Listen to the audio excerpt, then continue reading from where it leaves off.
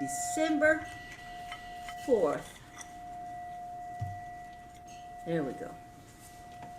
It's sad to read Psalm 27. I'm not Phyllis, so I don't have all that Bible stuff around me.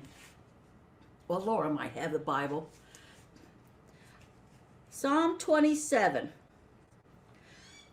When the wicked, even mine enemies and my foes, come upon me to eat up my flesh, they stumbled and fell.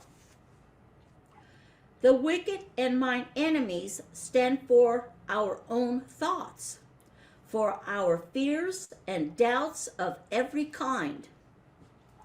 And truly indeed do they sometimes come upon us as though to eat up our flesh.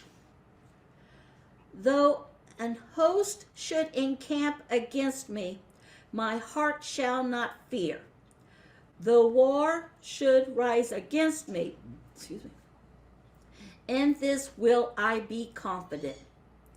The psalmist reiterates his confidence and makes us, his readers, reiterate that our hearts too shall not fear. When you can say quietly and truthfully at any hour of the day or night, my heart shall not fear, the world has no more power over you. You are free. War of various kinds may rise up against you, but you will be confident, and therefore you will be victorious. One thing have I desired of the Lord, that I will seek after, that I may dwell in the house of the Lord all the days of my life, to behold the beauty of the Lord, and to inquire in his temple. For in the time of trouble he shall hide me in his pavilion. In the most secret of his tabernacle shall he hide me. He shall set me up upon a rock. These are two verses constitute a remarkable expression of what is often called the second birth. When you have reached that stage, you do not allow any external happening really to grieve you or frighten you or hurt you, because you know that external things are but passing shadows of no permanent importance. This steadfast determination to dwell in the house of the Lord, to behold his beauty, and to learn his secrets means that you are set upon a rock, and there your house of life is secure. Okay. Well, apparently tomorrow's also part of Psalm 27. And I'll do that real quick because it's not that long either. And now shall mine head be lifted up above mine enemies round about me. Therefore will I offer in his tabernacle sacrifices of joy. I will sing, yea, I will sing praises unto the Lord. This verse closes the first section with a burst of praise and thanksgiving, and then moves into a form of supplication that is really affirmative. Praise and affirmation should be allied. Hear, O Lord, when I cry with my voice. Have mercy also upon me, and answer me. When thou saidst, seek ye my face, my heart said unto thee, thy face, Lord, will I seek. Hide not thy face far from me. Put not thy servant away in anger. Thou hast been my help. Leave me not, neither forsake me, O God of my salvation. When my father and my mother forsake me, then the Lord will take me up. Teach me thy way, O Lord, and lead me in a plain path because of mine enemies. Deliver me not over unto the will of mine enemies, for false witnesses are risen up against me, and such as breathe out cruelty. The psalmist now prays for spiritual understanding and for peace of mind. The enemies, as always, are his own fears, And these fears take their rise in the fact that false witnesses rise up and confront him. And no one who has been through the experience will doubt the appropriateness of telling Fays that our fears are things such as breathe out cruelty. Verily, doubt and fear are the cruelest things that can come into the life of man. I like that one. I like what it had to say. Hi, Ashley. And to me, it does go with what you're talking about. I think, Lori, about, I can't remember the exact title, but to me, how your thoughts, how you plant seeds of the positiveness, and how you go forth in that, and you don't have fear or doubt, or when you do have that little speck, you're able to grab it and say, oh no, you don't. This will come to pass, the good stuff. More or less, my own phrasing, as you well know. Okay, welcome everybody. Lori Kay, she is doing the talk tonight, and let her give her title. The title of the talk is Going from Plowing to Allowing. And what happened was I had a realization while I was doing a meditation about a week ago. And so I thought, oh my gosh, it's all about allowing. And then Brian texted me on like Friday and said, what's the name of your talk? I'm like, uh-oh. So, you know, the opposite of allowing is plowing. And I said, okay, it's going from plowing to allowing. So the first thing I want to do is just really define my terms, because the thing is that when we toss around words every day of our lives, and we assume that other people will understand us if we have the right intention and if we're expressing ourselves really well, but that's often not the case, because we have a whole backstory on what a word indicates to us, and other people have their own backstory. So I'm going to define what plowing is to me and what allowing is, so that we're on the same page. You are welcome to disagree with absolutely everything I say, but I want to tell you where I'm coming from. So plowing it's about force. It's about, you know, plowing forward, pushing ourselves, pushing towards a goal, making things happen. It's a very physical sort of thing. And as an example, it's like if you're looking for a job, the first thing we usually don't do is sit down and decide how that job that is going to be perfect for me, how is it going to be perfect for me? And I'm not talking about money and that, you know, it's close to home, even though those are great, great things, but how those things will feel to have. So we don't usually sit down and do that. Instead, we get on the computer and we apply to a million jobs and drive ourselves crazy. That's plowing forward. Allowing is very, very different. It's not physical. It's energy driven in terms of the fact that it's emotional, it's attitudinal, it's an understanding that when we have it, it actually changes the very nature of our perseverance and our effort. So, so that instead of first going, let me work at this really, really hard, allowing is based on the idea that all that is divine, which is us, because we are made of all of that, is here. In other words, grace is not waiting to happen. Grace is always happening. And our job is to be open. Our job is to allow. It's said in every sacred text. What I'm talking about is not unusual in that way, because it really is said. I mean, we all know the phrase, let go and let God. But we don't necessarily know how to do that. You know, and there's a lot of that in religion and spirituality, things that we say that we go, oh, that hits home for me, that's a truth. But then how do we apply it? Because to me, that's what's important. I'm not really interested in efforting. I'm not interested in plowing.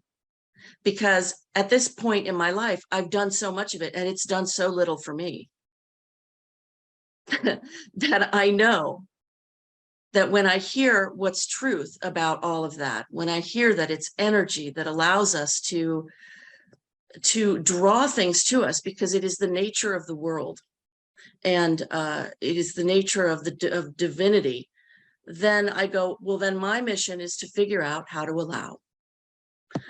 So here's the thing. When we were little, you all know I'm a critical thinker and I question everything. And it's not in order to, question the golden goose or pull apart things or drive people crazy. It's in order to find answers that get to that kernel, that core truth with a capital T, that really does set us free, no matter who we are. And I'm always asking why? So when we're very little, we're taught that there's this thing, and it's called the world. And it's made up of certain things. And the first thing we're taught is be careful. Don't touch the stove, you'll hurt yourself. Watch where you're walking so nobody trips over you. We're taught these be careful messages because there's this world, this new world that we have to navigate around. And so we learn very, very young that there are rules to being here. Like if you cross against the light, you can actually get run over, things like this. Like that's a real thing. But it goes too far. It goes to the point where it's, okay, now you have to go to school and now you have to jump through these hoops, and don't rely on your own wisdom and don't rely on your own intuition. Rely on the things that we teach you, and make sure that you're focused on that. And anytime that you are not paying attention and you're looking out the window because you've suddenly had this wonderful idea for a little short story you want to write, that bad on you, bad. You come back and listen to this nonsense you're going to have to pass a test on that you won't remember when you're 60. So you won't remember when you're 15. So, it's like we're taught these things, and it's like, why? And it's always in order to. You want to learn this stuff in order to graduate so that you can then go to college. I mean, if that's your particular upbringing, or you want to do this so that you can get a job and have better money. There's always that. Then as you get older and you get out of school, you got to get the really, really great job. And you've got to start saving for retirement, because life is going to kick you in the butt when you're over 60. It's just going to kick you. You're going to be awful. You're going to feel terrible, blah, blah. It gives you every negative message possible. So the setting that we come in with, that we are given and that we don't question, we still hold to this day. And it is an expectation that there is this thing called life that is dangerous, that holds really so much that we should be afraid of. All of those messages like this: you have to work hard to get what you want. You got to pay your dues. Here's one from Colin Powell. A dream doesn't become reality through magic. It takes sweat, determination, and hard work. Well, you'd expect something like that from an Army guy, right? Here's one from somebody named Ian Duncan Smith. Luck is great, but most of life is hard work. And here's one that I've actually proved for my own self. It's not true. If 4 things are allowed: having a great aim, acquiring knowledge, hard work, and perseverance, then anything can be achieved. I think the message that all of that kind of mindset and emotional set point gives us the following messages: that life is hard, and that I have to take this unruly thing into which I have no input and pound it into the shape I want. And that takes force, but I got to do it, because being me is just not enough. And I think it also tells us that we have to suffer, that you have to suffer if you want success. You can't choose the things you love to do. So this puts us into that plowing mode. And this is not what the divine would have us do. And so we come into contact with spirituality, with religion, and we hear things that really inspire us. And we go, oh my gosh, that's truth, that's truth. And we come to, let's say, a gathering like this, and we hear them and we get really lifted. And we get really excited and we're like, oh my God, this is so great. I will never miss another one of these. But the problem is that between Sunday and Sunday, where is your lift? Where is the place? Where are the places where you can become the allower rather than the plower? So the amazing monk, Pema Chodron, has this gorgeous little paragraph I want to read to you. Let yourself fall apart into wakefulness. The strength comes from the fact that the seed is already there. With warmth and moisture, it sprouts and becomes visible above the ground. You find yourself looking like a daffodil, or feeling like one anyway. The practice is about softening or relaxing, but it's also about precision and seeing clearly. None of that implies searching. Searching for happiness prevents us from ever finding it. What I love about this is some of the words that she uses: softening, relaxing, precision, seeing clearly. And it's interesting how she groups them too: softening and relaxing, precision and seeing clearly. One has a little more, one couplet has more energy in it: precision and seeing clearly. That's something you have to put some attention to. Softening and relaxing is the allowing, and the seeing clearly and the precision is, in my way of thinking, being really anticipatory, knowing that that grace really is falling and that it is there, and all that you have to do is get into alignment with it. And that doesn't mean, there's a lot of things that doesn't mean. It doesn't mean you have to become a better person. It doesn't mean you have to stop swearing. It doesn't mean you have to, it doesn't mean anything other than, how do you get yourself into that receptive mode? So for me, because I'm always asking why, I need answers like that. I need to like understand things in that way. You may be very, very different. So the practice that I think is so important, that is what is the real opportunity of the times we live in.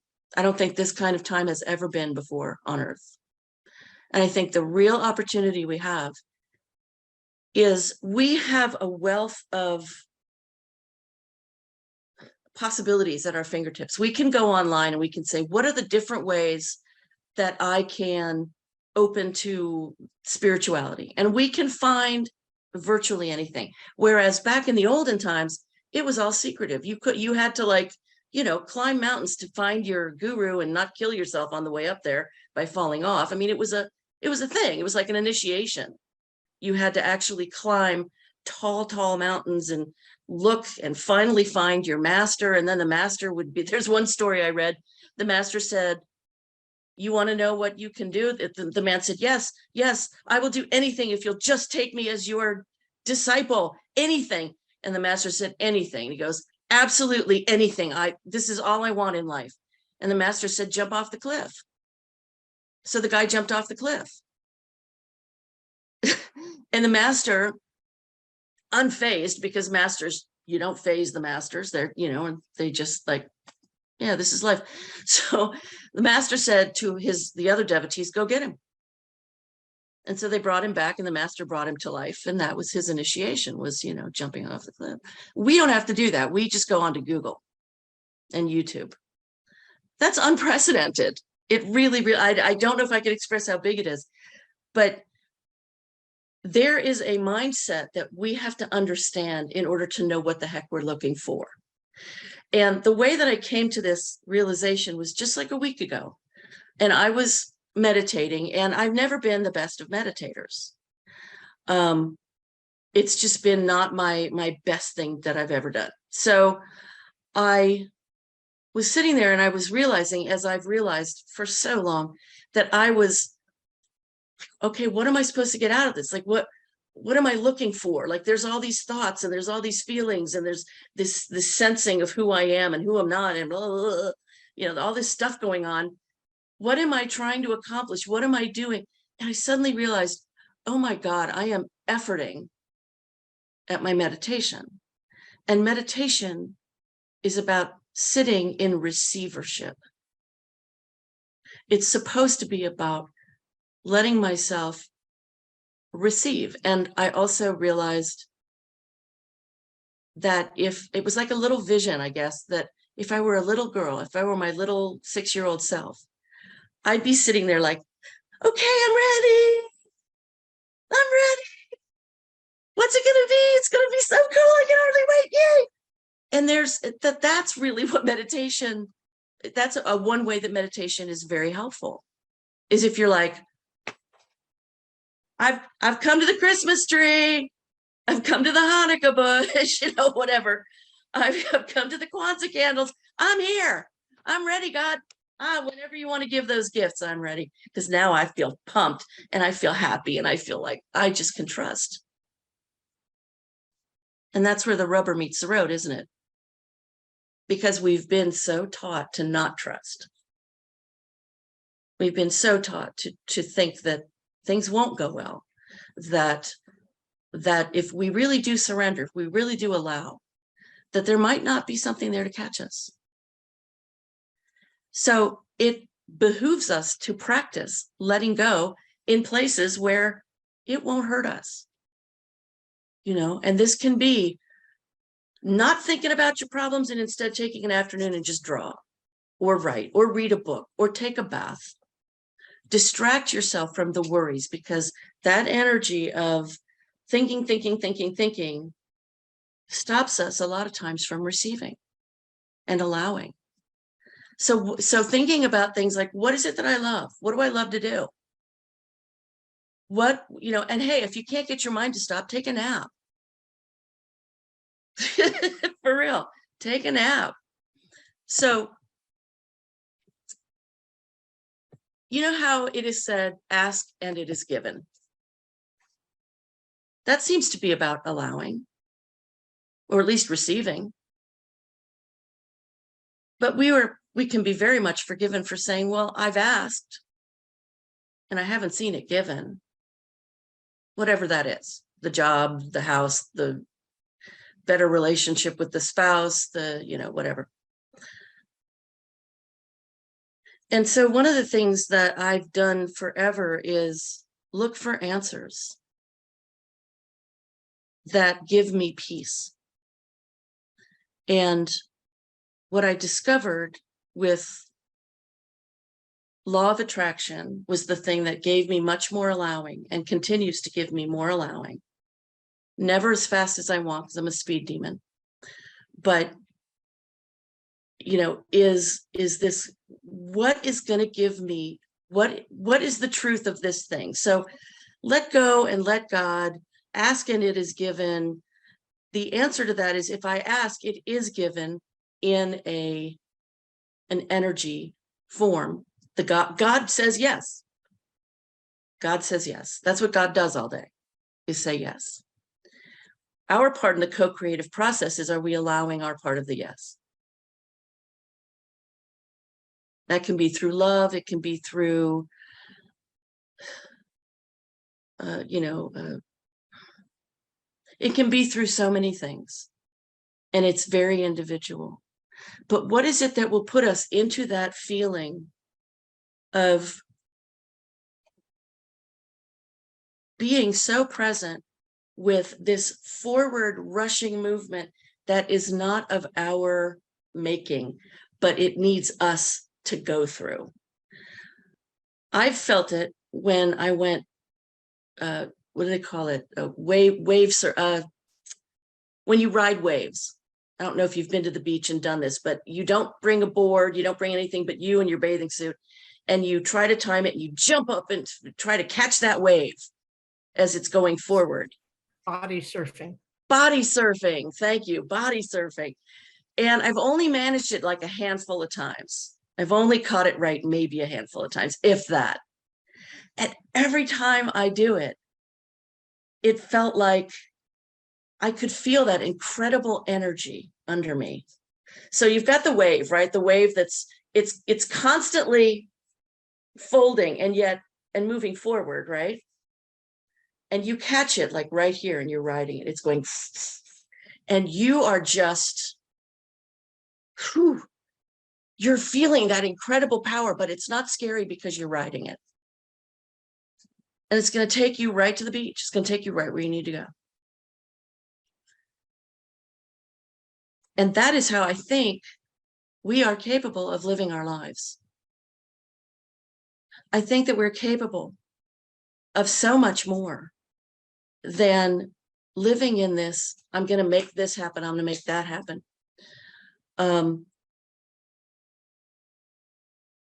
And I have set myself a particular mission for the month of December. December is it's a problematic month for me. It's a month where everything sort of stops. I don't have family anymore, so I don't have that. I have family that are friends, but I don't have like blood family. And it's a time when everything stops. So here I am. I need to find a job by the end of January. And I am so used to plowing forward that I could drive myself nuts and start looking for work like a mad woman and make myself miserable. Because my emotional set point is, right or wrong, I don't know. I'm not going to even judge it. But my emotional set point is, it's not going to happen in December. So even if I push through that, I plow through that, that energy, the energy that's going to go way before my physical energy, is that that's not going to happen. It's not going to work. It's going to be a pain in the butt and it's going to not have any. So I'm not allowing the grace of the unknown. I'm not allowing the grace of, let's see what happens. Do I feel like applying to a job? Well, there was that one I saw. Maybe I'll apply for that one. Yeah. And then you let it go. Allowing intuition, allowing it all to come through is so, so, so important. Not only because it's effective, but because if you are in allowing rather than plowing and striving, and you're going to have more fun. If you're more interested in and more focused on, oh my goodness, I wonder, everything works out for me. I wonder what's going to happen. Like if you had that attitude, things would be a lot different. You would look at things differently. You would hold things lighter. Right? So now I was looking at, I went and looked up what are some good quotes from the Bible about allowing and surrendering. And I found Isaiah 41:10. Fear not, for I am with you. Be not dismayed, for I am your God. I will strengthen you. I will help you. I will uphold you with my righteous right hand. If you were raised religiously, and even if you're not, because I felt a bit of soothing in reading that, but especially if you were raised in a biblical way, that may touch you deeply, and it may give you a sense of healing and ease and allowing. And that's what you want, because you want that energy of allowing to do the work for you as it's supposed to. God didn't maroon us on an island and go, good luck. But we do tend to feel that way. We do tend to act that way. And so the offering is this idea of trying to practice something a little different. Why don't we try to do something a little bit different than that actively? So if we can take our believing that this God we speak of is truly alive and present in our own selves, and challenge ourselves like a little kid would, not like the graduate from someplace that goes, you got to do better to get your PhD. But if we could practice an experiment and play with the idea that this truth we speak of is true for us individually, we could see some really interesting awakenings and some really interesting changes in ourselves. Now, I want to tell you one story, and I'm going to leave you with a poem, a little 4-line poem by Lao Tzu. There was one time in California when I was out there, and I had been introduced to this concept that if you just allow, if you just do nothing until the urge arises within you to do something and then do that something. I'd been introduced to that concept and I thought it was the coolest thing on sliced bread. So I said, I think I'm going to try that. I was sitting in the bed one morning. I'm like, I'm going to try that. And so I'm sitting there and I'm just sort of letting my mind wander and my eyes were sort of glazing over. And I suddenly realized that the window that I was facing was dirty. And I thought, I really want to clean that window. Not like, ew, that's terrible. People will think I'm awful. I've got to, no, it was, I really want to clean that window. And I went and I got the cleaning supplies and I had the time of my life cleaning a window, because it's not about the what we do. It's about where does the urge for our action arise from. It's about allowing what is to truly be what is and to truly come into our experience. So I'm going to read you this little poem. Do you have the patience to wait till your mud settles and the water is clear? Can you remain unmoving till the right action arises by itself? Interesting question. Interesting thing to try to do. Do you have the patience to wait till your mud settles and the water is clear? Can you remain unmoving till the right action arises by itself? And the thing that's so awesome about it is that when you do, it doesn't feel apart from you. It feels like your true self. Dear God, Almighty Father in heaven, thank you for everything. And thank you for the goddesses that are here tonight, watching over us and being part of us and being us. Thank you for all of that. Thank you for allowing us to bring more, to give more birth, to more joy into this life, onto the planet. Thank you for allowing us to serve others with our joy, not just for ourselves, but for others also, so we can continue the joy, and may it go through all levels of positive energy where the whole world will feel this and know that we are all powerful. We are all God's, oh, connected to the God and goddesses. We are all that there is, and there is much more we are learning, and we are thankful for these lessons. We are thankful for each of us that are here. We are so grateful to be a part of this, to be a part of the service of the joy that is meant to be on this planet and ripples out to the universe. We are so, so grateful to be a part of this wonderful, wonderful time. Thank you. Amen. So be it.